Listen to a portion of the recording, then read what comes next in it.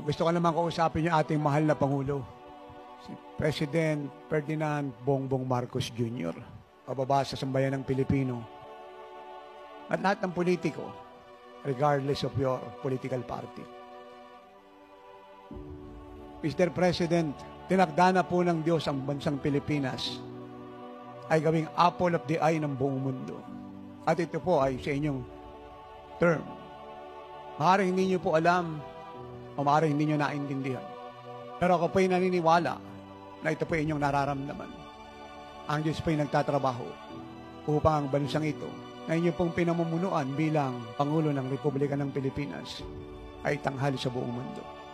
Makikita nyo po yan. Ang pag-angat po ng bansang ito hanggang matapos ang inyong term ay tuloy-tuloy.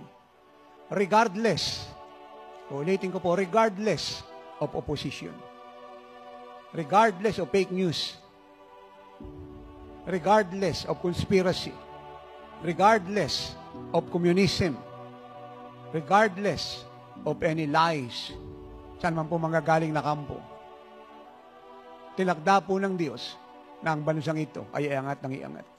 At napakapalad nyo, Mr. President, dahil sa panahon na ang Diyos po ay nagsimula magtrabaho, kayo po ang kanyang inupo.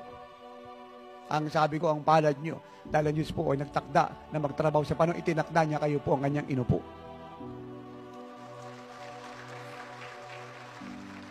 Isa lang po ang aking hihilingin sa inyo, mahal na Pangulo. At isama niyo po ang inyong buong gabinete. At udyukan niyo po ang buong Pilipinas. Susundin po kayo ng sambayan ng Pilipino sa isang simpleng appeal. At ito po siya, Mr. President. Palagi po kayo magpasalamat sa Diyos na sumama sa inyong administrasyon at nagpala, nagpasagana, nagligtas sa sambayan ng Pilipino.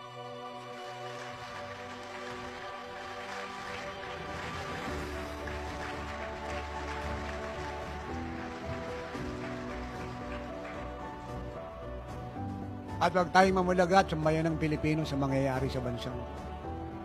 Kaya kung tayo magtatanong sa bayan ng Pilipino, ano dahilan? I answer briefly, so specific. Now is the time of prophetic fulfillment for the Philippine island to soar high. So anong ibig sabihin ng time ng prophetic fulfillment sa bayan ng Pilipino? Dumating na po ang itinakdang panahon ng Diyos. Para po siyang pag-aaral sa isang eskwelahan. Either siya po elementary, high school, or college. Hindi ka po pwedeng makagraduate malibang dumating ang panahon ng iyong pagtatapos. At pag dumating na ang panahon ng pagtatapos, may oposisyon, may sumasang-ayon, may ulan, o wala, kaka-graduate ka. Kasi panahon mo na yun.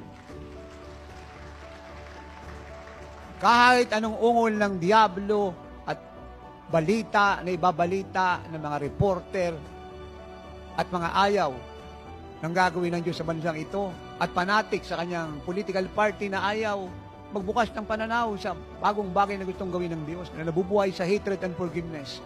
Believe me, Pilipinas. Believe me, beloved Mr. President. At ako po nagpropesiya 2 buwan bago mag-eleksyon, kayo po mananalo. Uulitin ko, believe me, Mr. President, tuloy-tuloy po ang soaring high ng Pilipinas.